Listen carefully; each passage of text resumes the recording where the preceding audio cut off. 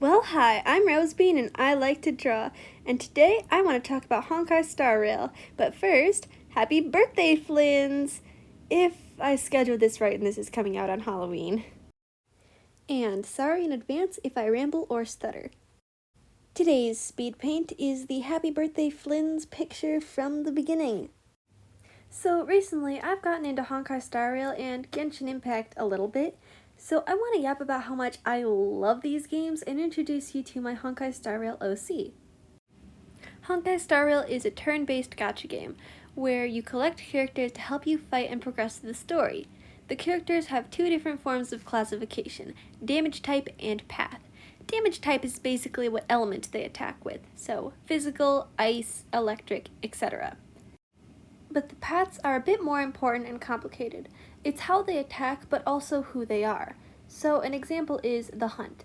Those who follow the path of the hunt are determined and ruthless. They'll do anything to reach their goal. But when they attack, they can deal a huge amount of damage to only one enemy. If somebody is a part of the path of preservation, they're patient and self-sacrificing, and instead of focusing on attacking, they have very protective capabilities. That's a pretty simplified explanation. If you want a more detailed explanation, probably just search up Honkai Star Rail lore or explained. Now I need to talk about the setting. Long story short, my story mainly takes place in Penacony. This is one of the planets you visit as the main character. The planet has very special properties, so that it exists in a form of a shared dream. This is called the dreamscape, and you can be in several dreams within dreams. Also, important to note, you cannot get physically hurt or die in the dreamscape. However, this story starts somewhere out of Penacony. I don't know exactly where, maybe another planet, maybe in the hotel where you check in to get into Penacony, or something like that. Also, yeah, you check into a hotel on the real actual planet, and then once you get a room, you get a special pool that allows you to enter the dreamscape. Pretty cool. And finally, I can actually introduce you to my character. This is the star of the show, Bandit. I love her so much, I really need to draw her more. By the way, the name Bandit is a bit of a placeholder, and I might change it later if I find something better. The drawings that you saw of her were her when she was 12, but this story starts when she's about 10. So, long story short, a building falls on her. It's not to laugh at, but it's kind of funny. So, a building, or at least a chunk of a wall, or something like that, falls on her and crushes her legs, and also scrapes along the side of her face, and makes her start bleeding. But it just so happens that the man, the myth, the legend himself, Boothill, happened to be in the area and saw this happen. So here's the thing with Boothill. He grew up on a planet that no longer exists. It got blown up. The International Peace Corporation, Peace Corporation, noticed that this planet of his had a lot of rare precious metal, and they were like, we're gonna blow it up and extract that. So he was living there with his adopted daughter, who I like to call Coco, who was only 2, by the way, barely could walk or talk. Yeah, she died. And he was the only survivor because he snuck up onto an IPC ship. And so what he does is turn himself into a cyborg, or find somebody else to do it. It's not clear exactly how it happens, but the precious metal that the IPC was extracting, he found that and used it, and used that metal to craft himself a new body. And now he's a bounty hunter with a bounty on his head, with some pretty big trauma from that experience. So he sees this kid get crushed by a piece of rubble, and he immediately steps in and tries to save her, and he successfully does, but her legs are not gonna work anymore. He's not a doctor, he's barely literate, and he can tell those bones are never gonna heal right. And he can't take her to any kind of hospital or medical center because, again, he's a fugitive. So he goes to the only person he knows who could possibly save her, and that is Dr. Ratio. Fun fact, he has 8 degrees, and one of those happens to be normal medicine. So Boothill's like, okay, doctor, you're helping me right now.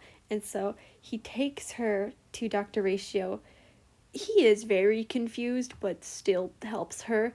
And what he ends up doing is amputating her legs from the knee down.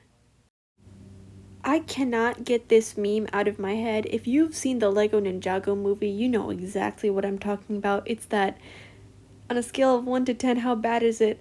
It's about a 7.8, arm ripped off. My arm is what? Yeah, that's basically what happens, but with Bandit's legs. So now Ratio and Boothill both want to protect Bandit and help her through the struggles of being disabled, but they have very different views and goals. Boothill wants Bandit to be just like Coco and try to redeem himself for not being able to save Coco in the first place, but he doesn't really know how to be a good dad. Last time he was any sort of father figure, it was like 20 years ago, and that was for a 2-year-old. So he really wants to be a good dad and help Bandit, but he just doesn't have the proper capabilities to. On the other hand, Ratio has the capabilities to be an amazing dad. He's patient and intelligent and has time and resources and the degrees, all 8 of them, to help Bandit with things like physical therapy and different types of prosthetic legs. But he doesn't want this responsibility. It feels like he's been forced into this position and he doesn't want to be a mentor figure. The best way I can describe Boothill's and Ratio's relationship is like an old married couple, but they're not married, they don't even like each other, and they both have very different ways of parenting. Boothill wants to be there for every single moment that Bandit is alive, making sure that she stays healthy and safe, and is basically like a kind of silly helicopter parent, but Ratio is a bit more of step back and let the kid learn for themselves, but still educate them very well type of parent. So yeah, that's basically how Bandit's story starts. And that's how it is for about 2 years until things really kick up into speed when the Trailblazer comes into the story in Penacony. The Trailblazer is another name for the main character. When she was younger, she was already pretty introverted and didn't have many friends and probably cried a lot, but now that she's older, she's just a bit grumpy and she's still independent and doesn't like to be told what to do. But Bandit is a lot more attached to Boothill anyway. She feels much more loyal towards him because he originally saved her, and she likes his free-spirited, fun attitude. Also, I just want to say, this game I'm talking about is Honkai Star Rail, which, because of it, I am aware of another game called Genshin Impact, which came 3 years before it. And the more I thought about them, the more I couldn't get these little guys out of my head. Guys, I just made Riceline, Neuvillette, and Sijuin all over again. Let me explain. In the city of Fontaine, Neuvillette, the guy with the white hair and who was holding a paper, he is a judge. He is the top judge, but Riceley is a prison warden, and I think there's only one prison in Fontaine, and that's the main super secure one. So Neuvillette and Riceley know each other.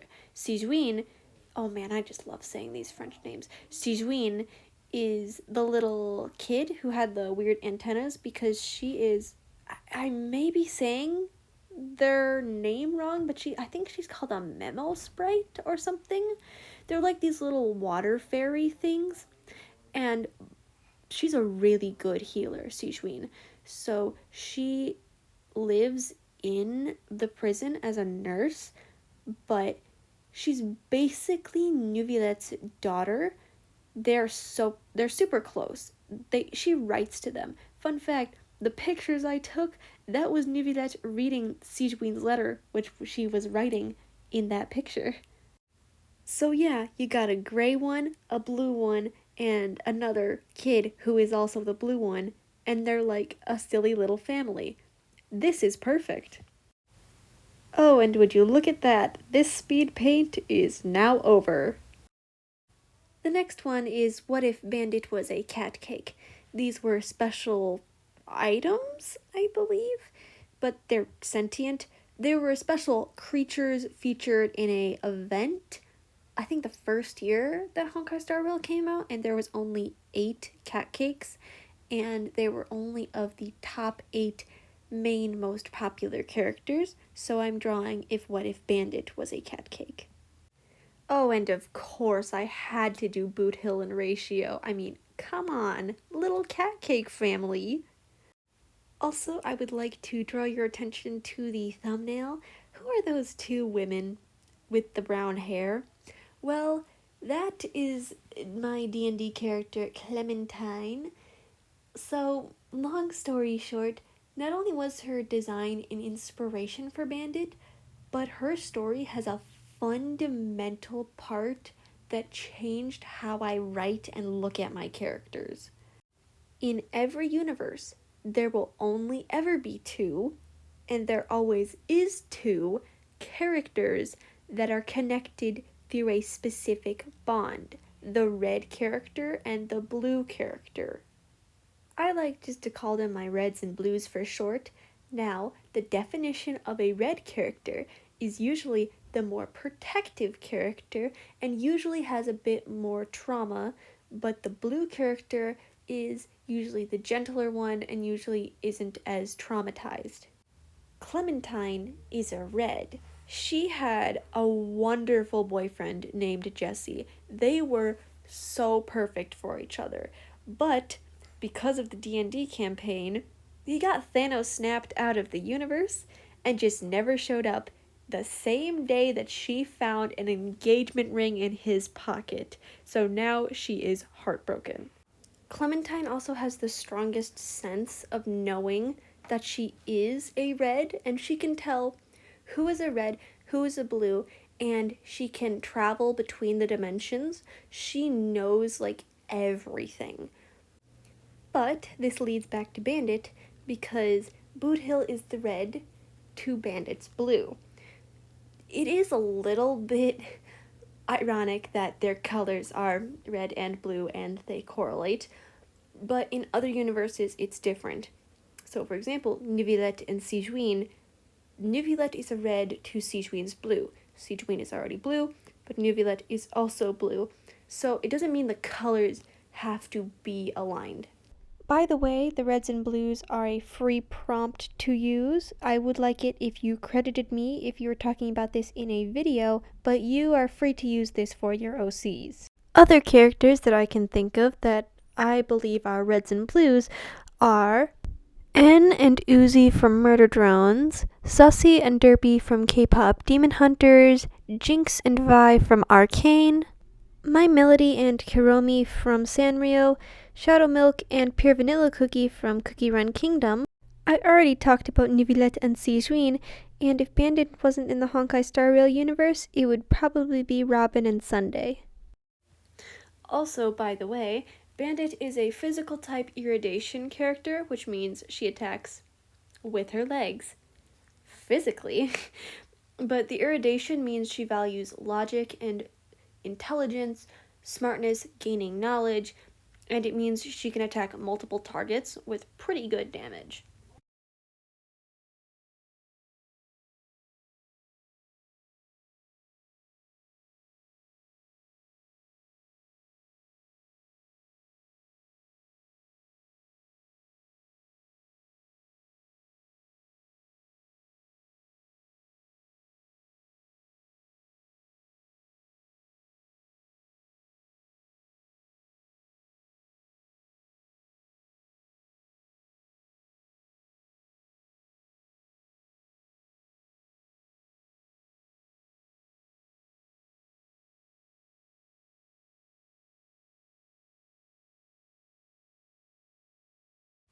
Also, if you pair characters up before a battle, when you're getting your characters lined up, sometimes they have like fun or specific voice lines, and I have so many fun ideas for what would happen if she gets paired up with certain characters.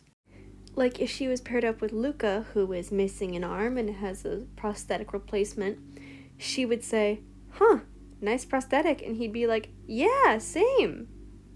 And if she was paired up with Boot Hill, he would say, "You sure you're ready for this, kiddo?" And she'd be like, "Yes, Dad, I'm fine." And he'd be like, "You called me Dad." He's so silly. Also, one final thing about Bandit, she has specific titles for everybody. When she just meets somebody, she says Miss or Mr., but Boot Hill is usually father or just Boot Hill. Ratio is usually doctor or papa, but when she says dad, she is referring to either of them. Like if she falls down the stairs and yells dad, she's calling for both of them. So, yeah, that's me rambling about my silly little OC, and I hope you've enjoyed. And, first time actually saying this, if you liked this and you want similar content, please consider subscribing. I already have a couple other videos out on my channel, and thank you for watching.